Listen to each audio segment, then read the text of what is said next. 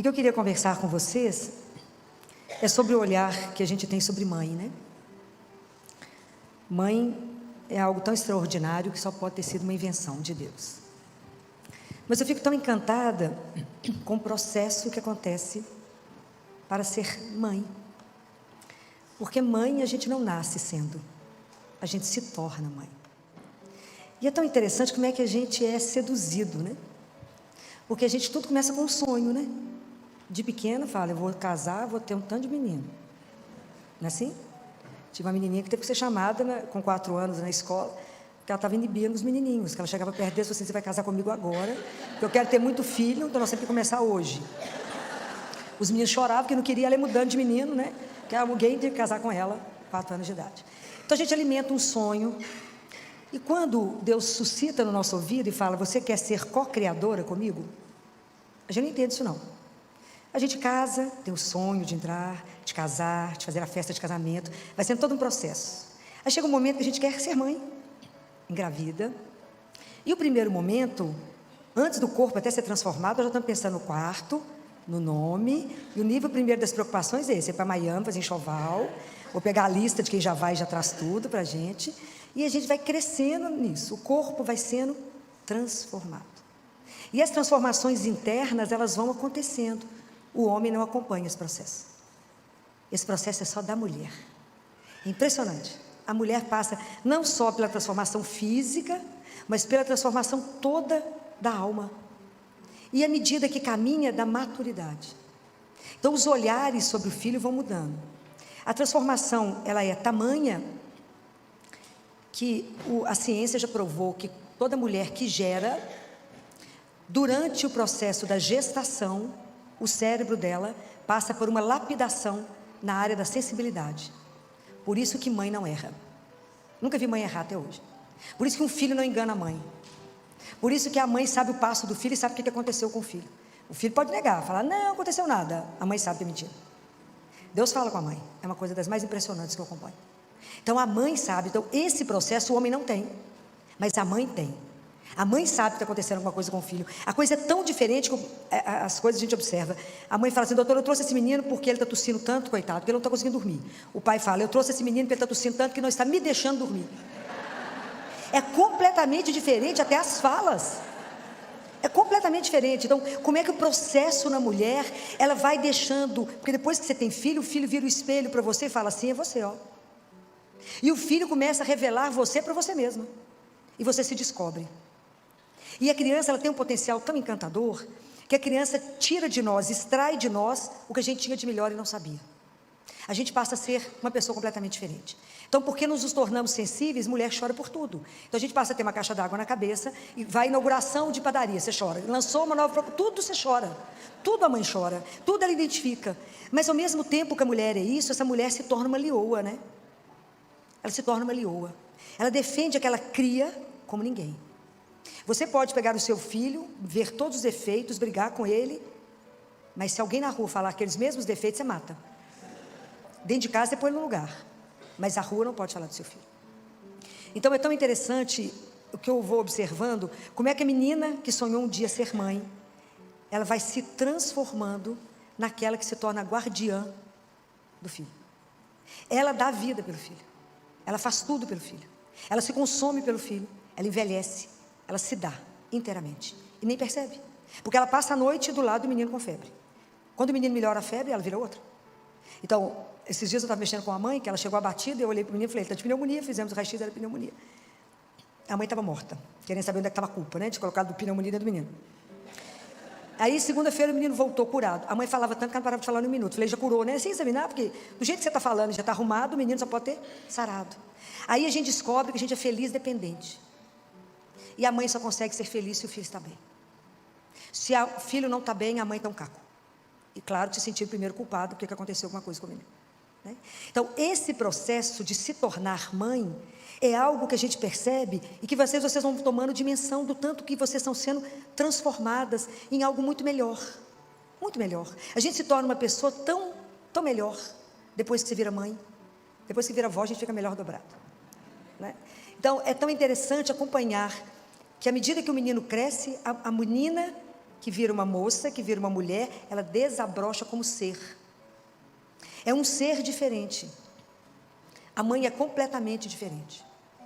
Então, na questão de vigiar tudo, de olhar tudo, de dar conta de tudo, de entender o filho, ela entende que existe um outro processo dentro dela, porque depois que nasceu o menino, ela tem que entender que ela precisa de ser mulher, depois de ser mãe. Esse é um outro processo que acontece dentro das mães, que precisa ser visto com cuidado, olhado, porque senão o casamento acaba igual a abelha. Depois tem o menino, mata o zangão, fala, não preciso de você, quero só meu filho. E esse é um perigo, e nós sabemos que é um perigo. O grande desafio de ser mãe, de ser esposa, de ser profissional, e de se descobrir no meio disso tudo, com a sua identidade. Porque a mulher vai se perdendo no meio de tantas funções, e de repente ela não sabe nem quem ela é mais. E isso a gente percebe, quando a gente puxa a mãe de volta, fala, mas você é tal pessoa. Porque a gente se esquece. No meio disso tudo, o amor te consome de uma tal forma, que você só se doa, e não percebe. Então, entre tantas funções da mãe, e quando o padre chamou para esse café, que era um carinho com vocês, é de vocês, nesse momento, poder se posicionar diante de vocês mesmos. Porque a rotina tira a beleza daquilo que a gente vive. E a gente acha que é aquilo mesmo. Para mim, a maior missão concedida, solicitada a uma pessoa, é, cria para mim esse menino, educa.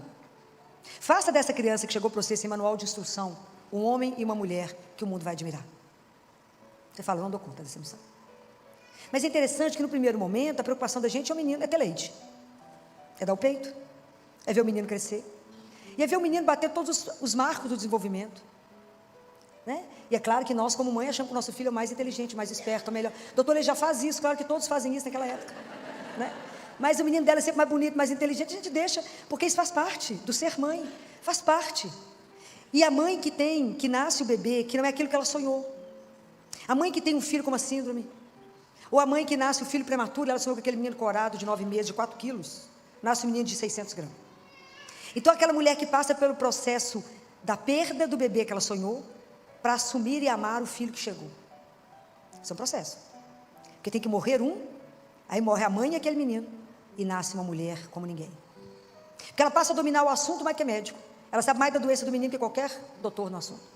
Porque ela estuda, ela investe, e uma das coisas mais lindas, ela não abandona. O filho é dela. Os homens, em mais de 40%, vão embora.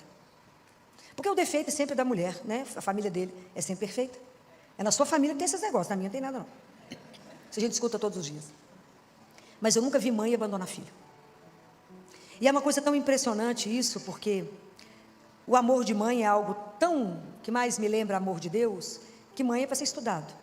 O padre Joãozinho falava, né, ele está vivo, que cuspe de mãe tem que ser estudado.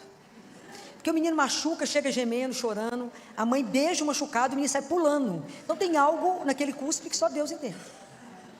Mas isso tudo chama amor, né? Que é a capacidade da mãe da superação. Mãe não conhece não. Mãe não conhece impossível. Mãe muda a história dos filhos. Todas as grandes modificações dentro da medicina da história foram feitas pelas mulheres, pelas mães. A vacina tríplice e a celular só existe porque as mães foram para a rua em Londres e falaram, não vacinaremos os nossos filhos porque essa vacina da crise convulsiva é a vacina que tem no SUS. O SUS só dá a vacina celular quando o bebê nasce e tem crise convulsiva. As mães fizeram uma marcha e falaram, não vacinamos. Aí os meninos começaram a ter a coqueluche, começaram a ter as doenças pertinentes à vacina. Aí o reino reuniu e falou, busca os cientistas, que eles têm que descobrir alguma coisa, porque ninguém passa por essas mulheres. Ninguém passa por elas. Elas falaram que não vão dar isso para os filhos, e elas não darão. E não dão, quem faz isso com a mãe? Mata a mãe, não faz. E aí foi criada a vacina tríplice celular, que hoje vocês pagam, os meninos não têm efeito colateral. Mas isso foi a marcha das mães. Poucas pessoas sabem disso, mas isso é uma realidade. Então, a grande transformação é a mãe. A mãe é aquela que eu falo com os residentes, aprenda a escutar que você não vai errar diagnóstico. Ela não tem que saber o nome da doença, mas ela fala, é isso, isso, isso. Você faz o igual, só isso, mais isso, está tal doença. A mãe sabe quando tem uma coisa errada com o filho. Teve um caso engraçado lá no consultório, que foi o casal, a mãe falou, filho, eu trouxe esse menino, que está com uma tosse que sai da alma. O marido falou, mas quem está tossindo? Gente, tem ninguém tossindo dentro de casa. Ela falou, ele, seu menino está tossindo. Doutora, ela é exagerada, só sabe que ela é super exagerada, não tem nada esse menino. Olha só ver, é um touro esse menino, come igual um cavalo, ele falava desse jeito que ele é muito engraçado, come igual um cavalo, ele está ótimo, não tem febre, não tem tosse. Que hora que esse menino tosse? A hora que você dorme. Você não escuta, mas ele dorme. E aí, eu examinei a menina, ele falou, eu falei, vou examinar. né? Dia de uma queixa. Parecia duas famílias, né? Completamente diferentes. Falei, eu vou examinar. Aí eu examinei, falei com ele, eu vou ter que concordar com sua mulher? Porque, na verdade, eu acho que é pior que ela está achando, nós temos pneumonia. Ele falou, as duas são loucas. Falei, pode ser, mas ali do outro lado da rua tem um lugar para fazer raio-x. Vai lá, faz um raio-x e volta aqui. Quando chegou, tinha uma pneumonia importante. Ele falou, não estou acreditando. Falei, que é pneumonia? Eu estou bobo. Falei, deixa eu te dar uma sugestão. Tudo que você for fazer na vida, escuta ela. Primeiro, que a chance de dar errado é menor. Mas isso é um processo que a mulher vai sendo transformada, né, gente? É uma coisa assim, impressionante. Isso é uma das coisas que mais me impressiona em mãe. E para mãe não tem limite. Nós tivemos uma mãe na Bahia, no interior da Bahia, muito pobre, que percebia que o filho dela era roxo e ninguém via. Levava nos médicos e falava, assim mesmo. Assim mesmo é a nossa ignorância. Né? Como ninguém resolvia nada, ela pegou umas roupas, colocou numa sacola, entrou num ônibus de carreira, com um menino ruim, para Belo Horizonte, com o dinheiro da passagem. Alguém deve ter contado para o motorista que tinha um neném roxo dentro do ônibus. Só a mãe faz isso. Conhece mais ninguém louco nesse nível. O motorista foi ficando apavorado com o menino e parou, conseguiu chegar em Belo Horizonte, né? Não sei que momento que ele foi avisado, e ele parou numa UPA. E na UPA realmente era um menino, tinha uma cardiopatia congênita cianótica. Porque de lá ele chegou para nós na Santa Casa. Mas essa mãe sabia que tinha uma coisa errada. Esse menino foi operado, curado e voltou com de rosa para a Bahia. Mas quem fez isso foi a mãe. Foi o amor dela que não conhece não, que não conhece limite, que não conhece a palavra é impossível. Então, isso é uma das coisas que mais me encanta na transformação que a gente que acompanha, de ver quando a mãe está grávida, quando o bebê nasce, e à medida que a criança vai crescendo. A primeira preocupação com a nutrição, depois a preocupação no desenvolvimento e depois daquilo que ele é e será.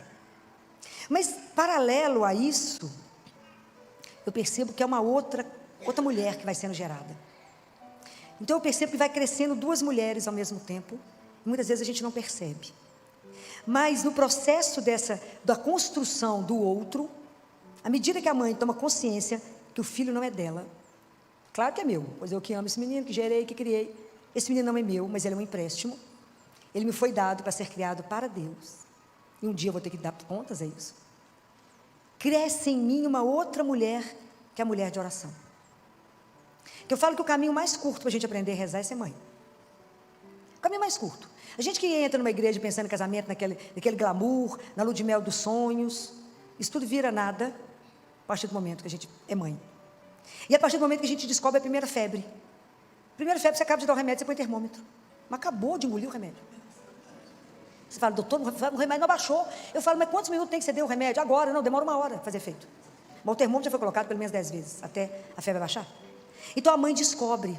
E aí a mulher vai descobrindo que, na verdade, quando a gente é convocado para casar, para ser mãe, a gente é chamado a uma missão muito maior. Porque a mulher é aquela que não só constrói os filhos, mas o primeiro filho que ela constrói é o marido que ela jurou fidelidade, que ela recebeu o primeiro filho naquele momento, no altar. Aquele que ela achou que ia ganhar um ombro, não, ela que tem que dar o colo inteiro. Não é assim? E a partir do momento que você casou e tem filho, você nunca mais tem direito de chorar, a não ser quando toma banho. Eu já misturo com a água do chuveiro, fica tudo por lá. Porque se alguém perceber a mãe chorando, a casa cai. Né? A mãe fala, estou com dor de cabeça, todo mundo fica olhando para a mãe. A mãe engole o comprimido, já sarou, não acaba de chegar no esôfago, agora que descer. Sara a mãe. Mas primeiro a mãe tem que engolir o comprimido para sarar. Então mãe não tem direito de deprimir. Se a mãe deprime, a flor murcha, o cachorro adoece e a casa vira um caos. Estou falando mentira? Não estou. A mãe é aquela que esses dias eu estava rindo de uma família, 4. A família falou, doutora, filho, todo mundo em casa teve dengue, mas o meu marido ficou em estágio terminal. E ele olhava para mim e falava assim, como que você está dando conta? Ela falou, não tem opção. Eu tenho que dar conta de vocês, de 2 meninos e de mim. Mas ele estava em estágio terminal. Que é assim mesmo, a gente já sabe a intensidade que modifica. Então a mãe é aquela que vai aprendendo algumas coisas. Essa é a primeira. Chora em silêncio no banho ou de madrugada. É aquela que tem que estar sempre animada, porque os meninos ficam olhando para ela. O menino olha, ontem quando eu falei com a mãe no consultório, era meu último menino, mãe, de novo, ela me ligou no hora do almoço, falou, doutor Filó, eu estou preocupado, meu menino está tendo tosse e febre desde segunda-feira, mas é um pico por dia, e meu marido falou que não é nada. Eu falei, eu não gosto dessa murrinha, porque isso para mim é pneumonia, pode ir para o consultório. E aí quando eu falei, mas faz o raio-x antes, na verdade tinha meio pulmão tomado à esquerda. Quando o menino viu, ele falou, mãe, eu vou morrer. Porque o menino olha para a mãe, se a mãe apavora, ele desorienta. Se a mãe mantém a cara de paisagem, fala, tá tudo bem. Então mãe não tem direito nem de expressão, sempre a cara, né, de paisagem, porque ela tem que manter a classe, porque senão cai a casa. E isso são coisas que a gente vai adquirindo, porque a gente não nasceu com elas, mas é a vida de ser mãe que nos transforma. Mas quando a mulher vai percebendo isso, ela descobre que ela não vai dar conta de manter a família, ela tem que ser mãe, ela tem que ser mulher, profissional, dona de casa e tudo mais. Sozinha a gente é capaz? Não. Então eu percebo que nesse momento a mulher amadurece para descobrir o terceiro tesouro que a igreja nos dá. Porque para conseguir esse terceiro tesouro a gente tem que amadurecer um pouquinho. O primeiro tesouro que a igreja nos dá é Jesus. E a gente tem um encontro com ele, ele olha nos nossos olhos e a gente quebra inteira. O segundo tesouro que a gente descobre é a palavra de Deus. E a gente se enamora da palavra. Mas o terceiro tesouro a gente precisa de um pouquinho mais de caminhada e de maturidade. É Maria. Ela é o terceiro tesouro da igreja. Porque aí eu percebo que a gente passa a ter uma proximidade, que fica de mãe para mãe, né? Ela sabe a sua dor, ela sabe a sua preocupação. Ela também recebeu a missão de gerar. Claro que ela gerou o filho unigênito do Pai. Mas o nosso também é filho. E também uma missão foi confiada. Claro que a proporção é devida, mas não deixa de ser uma grande missão. É criar os filhos de Deus. Então eu posso falar com ela, porque eu falo com ela o que o filho fala comigo. Como é que o menino fala com vocês? Mãe, pede o pai para mim. Não é assim? Por ela ali está morrendo de mãe, não é verdade? Porque o pai às vezes é mais durão, mais difícil. O menino fala, mãe, pede o pai para mim, que é negócio. Não fala nem o que é, porque a mãe já sabe. Da mesma forma a gente chega diante de Nossa Senhora e fala, mãe, pede o pai para mim. A senhora é o caminho mais curto, só está do lado dele, fala no ouvido dele. Pede o pai para mim. Como é que Deus pode resistir a uma de vocês como mãe de joelho? Não resiste. Por isso que a oração de mãe é uma coisa tão impressionante. O que Deus fez com Mônica, o Santo Agostinho foi só convertido. Ele foi bispo e doutor da igreja. Porque Deus quando pega, ele pega de jeito. Então como é que Deus nega o pedido de uma mulher? Não nega. Mas a mãe com poder de oração, ela santifica a casa.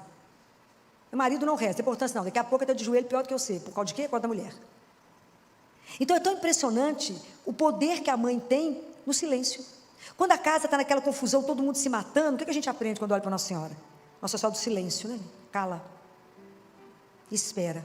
A mulher vai tendo sabedoria de compreender, de naquele momento não entrar em crise, naquele momento não tomar partido, de calar, de observar, de pedir sabedoria naquele segundo que te resta para não matar ninguém. Quando os meus clientes, por isso tem que ter ela na janela, doutor. Hoje é não mandar alguém pela janela. Não é para os meninos não caírem. Então, quando a gente vai percebendo isso, né? E vai entendendo a missão que é confiada na mão de uma mulher. A mulher, se ela fica viúva, ela mantém a casa, cria os filhos e põe todo mundo de pé. A família que quebra, a mulher com trabalho manual levanta a família. Quantos casos vocês conhecem? A Fanny é uma delas. Loja maravilhosa de chocolate, Fanny colocou a família de pé, começando a fazer chocolate dentro da casa dela, quando o marido perdeu o emprego. Onde era a garagem, virou a fábrica que eu acompanhei o negócio desde o início.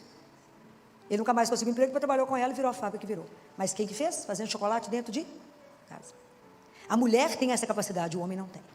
Então são tantas coisas que eu observo que a mulher, porque Nossa Senhora quando criou Jesus, ela não recebeu o manual de instrução, não tiveram cartão de débito nem de crédito, nem teve legião de anjo ajudando. Lavou, passou, cozinhou, cuidou desse menino, que era quem é. Então quando a gente recebe essa missão, entende como é que eu vou dar conta? Se eu tenho 1, 2, 3 ou 4 filhos, cada um é de um jeito, os dedos da mão não são iguais. Eu não consigo educar do mesmo jeito, eu não falo com um igual falo com o outro. Eles são diferentes. Mas como é que a mãe dá conta de perceber o momento que é o marido que vira um filho que precisa de colo, que eu preciso pôr o marido de pé? E porque a última que a gente olha é a gente. Depois que a casa dormiu, a mãe lembra, olha, eu existo. Né? Eu existo. Né? Eu posso pensar. Né? Eu posso descansar. Eu nem sei se ela está aqui, uma cliente minha, que um dia de tarde, devia ser umas 8 da noite, 7 e pouco da noite, eu trabalhando, lá no consultório, eu atendi o telefonema dela, porque ela não liga fácil. Quando eu atendi o telefone, ela gritou do outro lado da linha, doutora Filó, matei meus meninos. Você imagina o susto de quem está do outro lado da linha. Eu falei, como é que é? Você fez o quê? Os meninos dela realmente, a gente fica em alerta quando eles chegam, que eles são muito levados. Pensa em mim levado, eles são o dobro, vocês não têm noção. E aí ela falou, o que aconteceu? Ela falou, estou tão cansada, eu entendo, estou tão cansada, que eles estavam pintando tanto que eu dei melatonina para os dois na dose que eu tomo. E eles tomando banho, caiu a cabeça. Falei, foi só isso? Falei, menina, que olha. E o marido viajou e ela chorava, essa bicha, eu disparei a rico, eu falei com ela, pensa na noite de glória, é essa. Marido viajando, menino vai dormir até o dia, até lá pelas 8 da manhã. Te pega um vinho da melhor qualidade, toma um banho, vai assistir o que você quiser, ou a música que você vai escutar. Essa noite é sua. E aproveita que é só essa, porque não vai ter outra chance, não. Você não matou os meninos, eles vão dormir e a mãe vai descansar. Né? Você imagina, depois que o pediatra recuperou o SUS, pregava, né?